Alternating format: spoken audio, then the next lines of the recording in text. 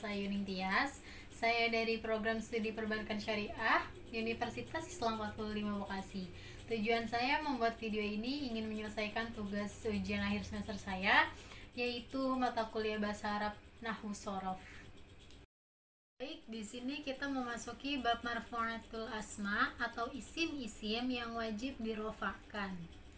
Isim-isim yang wajib dirofakkan di sini ada 7, akan tetapi di sini saya akan menjelaskan hanya 3. Yang pertama itu ada fi'il, kedua naibul fa'il, yang ketiga mubtada, dan yang keempat khobar, yang kelima isimnya kana, yang keenam khobarnya inna, yang ketujuh tawabi atau isim-isim yang ikut pada isim yang wajib dirofakkan. Nah, pada yang ketujuh ini ada na'at atau taukid dan badal. Masuk ke bab yang pertama yaitu fa'il. Fa'il ialah pelaku pekerjaan yang biasa dikenal sebagai subjek dalam istilah nahwu. Biasanya ini fa'il isim yang di-i'rabi rafa yang jatuh setelah kalimat fi'il mabni ma'lum. Apa sih fi'il mabni ma'lum? Fi'il mabni ma'lum ini kebalikannya dari fi'il mabni majhul.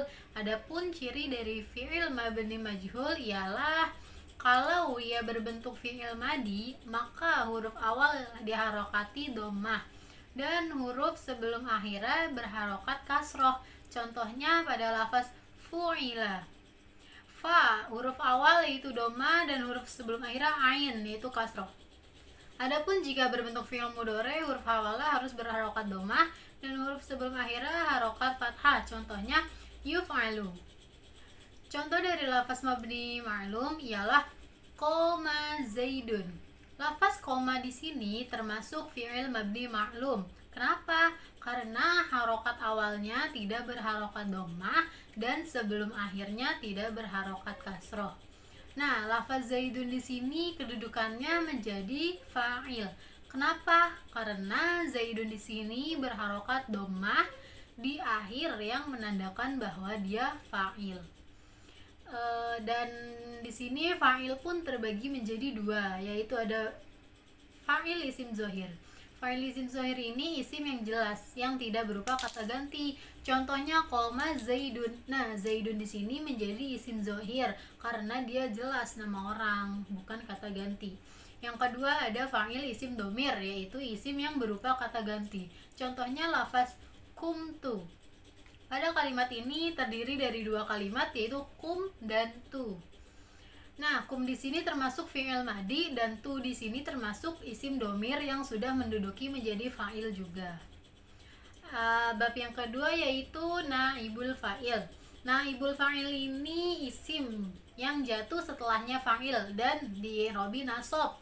Contohnya doroba zaidun amron. Pada lafaz ini belum ada naibul fa'ilnya, maka jika kita ingin mengubahnya, langkah pertama yaitu harus menghilangkan atau membuang fa'il menjadi yang awal ada doroba zaidun amron menjadi doroba amrun. Kenapa menjadi amrun? Karena dia sudah menduduki fa'il, maka berubah harokatnya menjadi dhammah.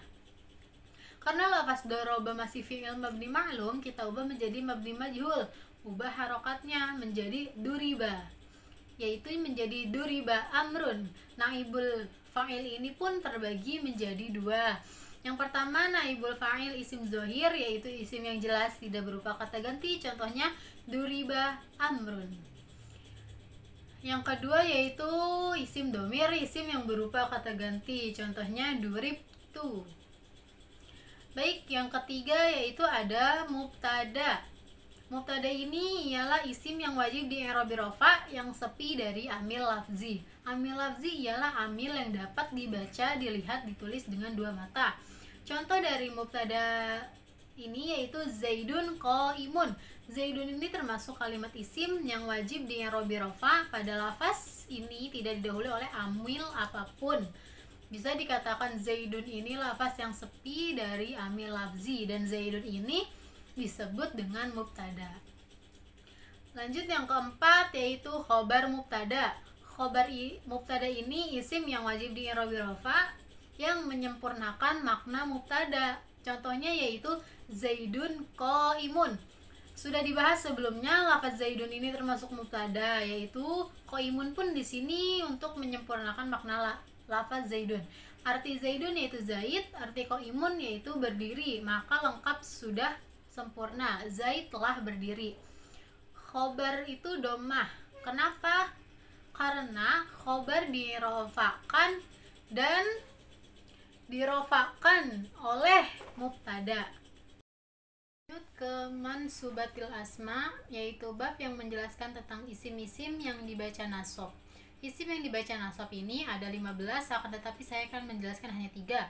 Yang pertama ada maf'ul bih, yang kedua masdar, yang ketiga zorof zaman, yang keempat zorof makan, yang kelima hal, yang keenam tamyiz, dan yang ketujuh yaitu musanna atau istisna, yang kedelapan isim la, yang kesembilan ada munada, yang kesepuluh ada maf'ul min ajlih, yang ke-11 ada maf'ul ma'ah, yang ke-12 ada khobar kana, ke-13 ada isim inna, yang ke-14 ada maf'ul zonna, yang ke-15 ada tawabi atau isim-isim yang mengikuti yang dinasabkan. Yang pertama yaitu ada maf'ul bih, yaitu isim yang mansub yang dinasabkan setelah fi'il dan fa'il, biasa yang dikenai pekerjaan. Maf'ul bih di sini ada 2. Yang pertama ada maf'ul bi isim zohir. Contohnya di sini dorobtu zaidan. Artinya saya memukul kepada Zaid. Di sini yang dipukul Zaid. Maka si Zaid ini menjadi maf'ul bih. Yang kedua ada maf'ul bih isim domir. Yaitu isim domir ini pun terbagi menjadi 2. Ada domir muttasil dan ada pula domir munfasil. Contohnya yaitu yang domir muttasil yaitu dorobani. Maf'ul bih di sini pada lafaz ni yang artinya aku. Nah, yang kedua di sini ada yang munfasil yaitu iya ya kepadaku. Lanjut bab yang kedua yang mansubatul asma ada masdar. Apa itu masdar? Masdar ialah isim atau sigot masdar yang terletak nomor 3 dari tasrifan. Contohnya di sini ada doroba yadribu dorban. Nah, masdarnya terletak di nomor 3. Berarti masdarnya ialah lafaz dorban. Apa sih perbedaannya masdar dengan isim masdar? Tentu beda. Kalau masdar ini contohnya nasoroyan suru nasron. Nah, di sini yang menjadi masdar yaitu nasron karena nasron di sini mengandung semua unsur atau semua huruf dari fi'ilnya. Nah, kalau isim masdar ini contohnya sholla yusolli sholatan. Di sini isim masdarnya sholatan karena tidak mengandung semua unsur atau semua huruf dari fi'ilnya. Masdar pun terbagi menjadi 2 bagian. Ada masdar lafzi yaitu lafaz dengan masdar dan fiilnya itu sama. Contohnya qataltuhu qatlan. Yang kedua ada masdar ma'nawi. Masdar yang secara lafaz beda akan tetapi secara maknanya sama. Yaitu contohnya ada jalastu qu'udan. Lanjut yang ketiga ada yang dinasabkan ini zorof zaman. Zorof zaman ini adalah isim yang menunjukkan keterangan waktu yang dinasabkan. Contoh isim ini yaitu al-yauma yang artinya hari, al-lailata yang artinya malam, sobahan yang artinya pagi, abadan artinya selamanya. Nah, zorof zaman ini ada 2, zorof mutasharif dan zorof ghairu mutasharif. Nah, zorof yang bisa zorof mutasharif ini zorof yang bisa ditarkib menjadi zorof dan selain zorof. Contohnya lafaz al-yauma. Nah, kalau zorof ghairu mutasharif ini zorof yang selamanya ditarkib menjadi zorof. Contohnya yaitu udwatan, bukrotan, saharon.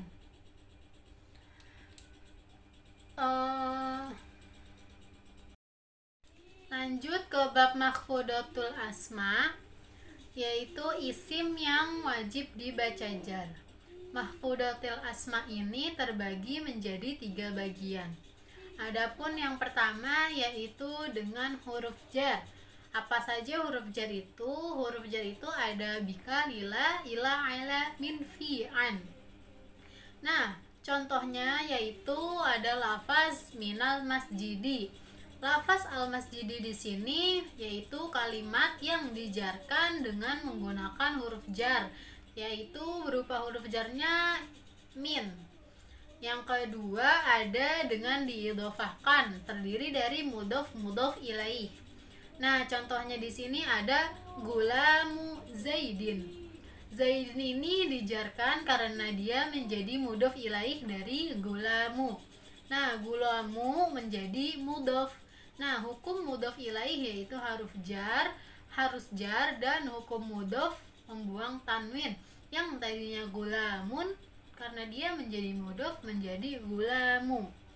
Nah, kalimat isim yang dijarkan dengan idhofah ini ada dua macam, yaitu yang pertama ada yuqaddaru billami, lam yang memiliki makna kepemilikan. Contohnya ada gulamu Zaidin. Asal katanya yaitu gulamun li Zaidin, yang artinya pembantunya si Zaid. Yang kedua ada yuqaddaru bimin. Contohnya saubu khuzzin. Asal katanya ialah saubun min khuzzin, bajunya dari sutra.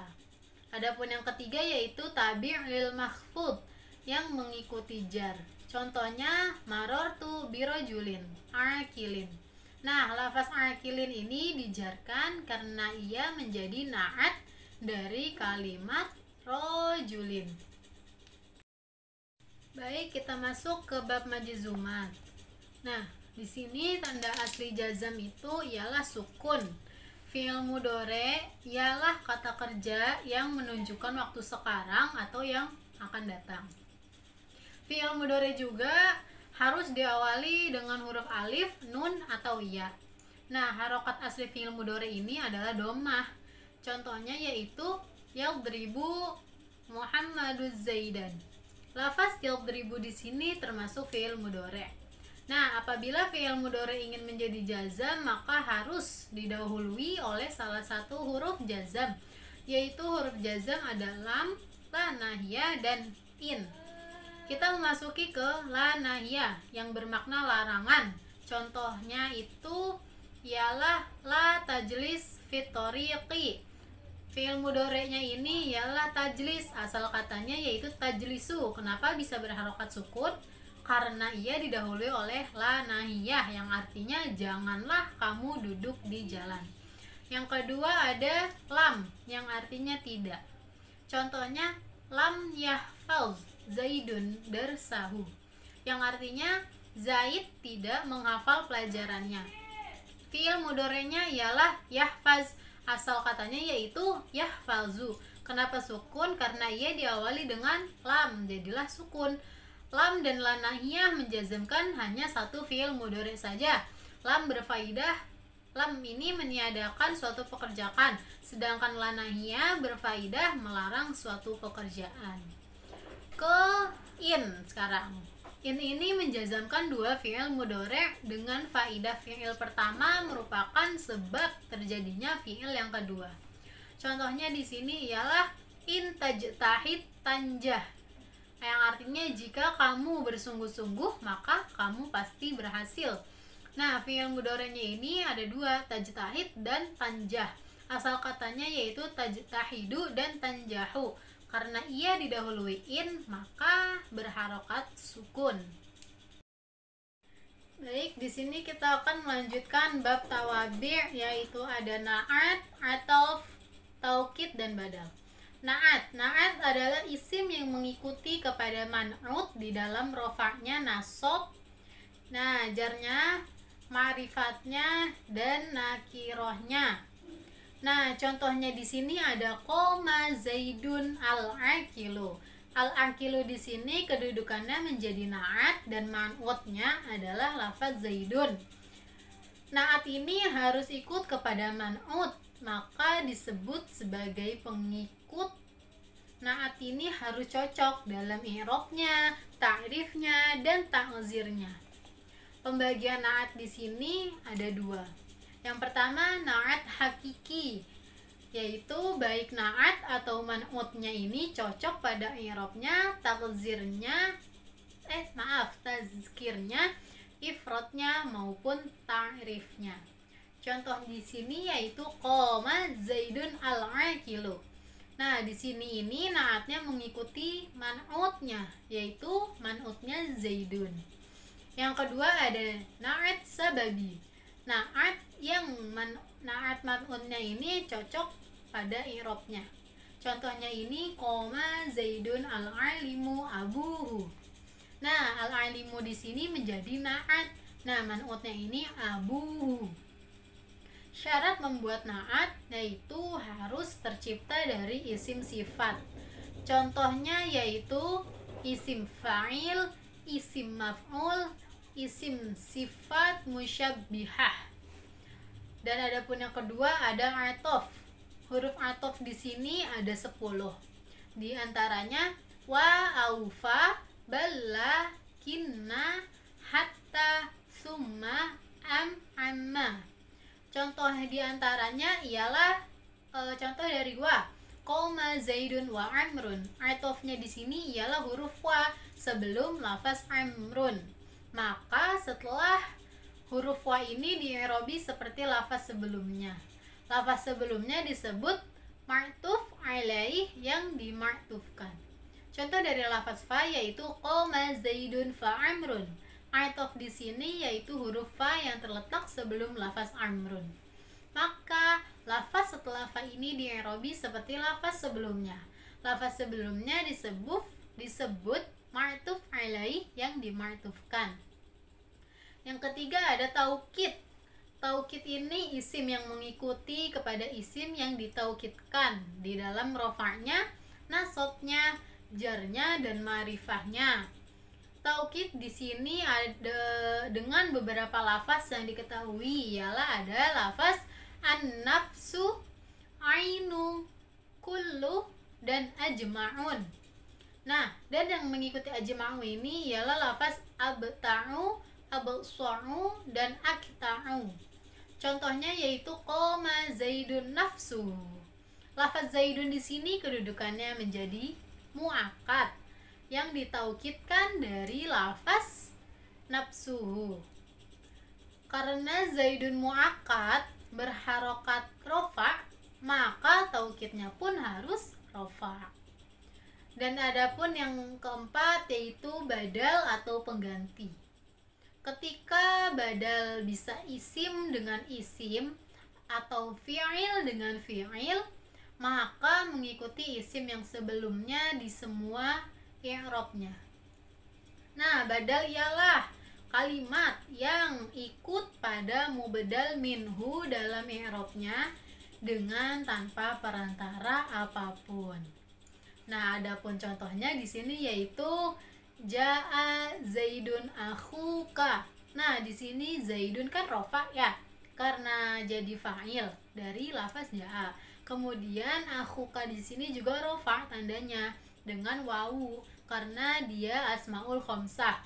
Nah, mubdal di sini ialah lafaz akhuka dan yang menjadi mubdal minhu di sini ialah zaidun.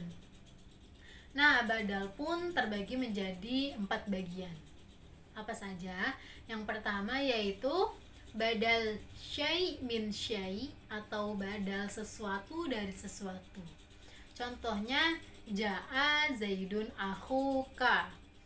Nah, maksudnya mubdal minhu dan mubdal itu ialah keadaannya sama.